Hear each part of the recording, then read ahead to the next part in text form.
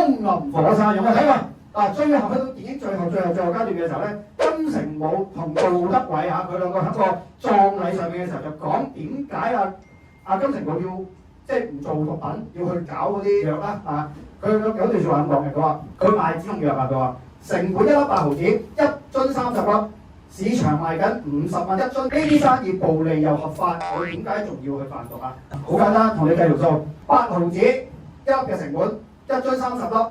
咁一樽嘅成本即係幾錢？4，係。然後你買51樽，每一樽賣出嘅 gross margin 差唔多100%啦。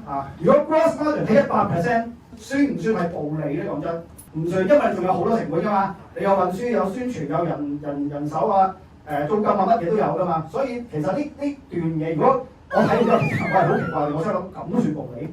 係嘛？你話8個仙，我就應該算係暴利。關注我做 Top Sales。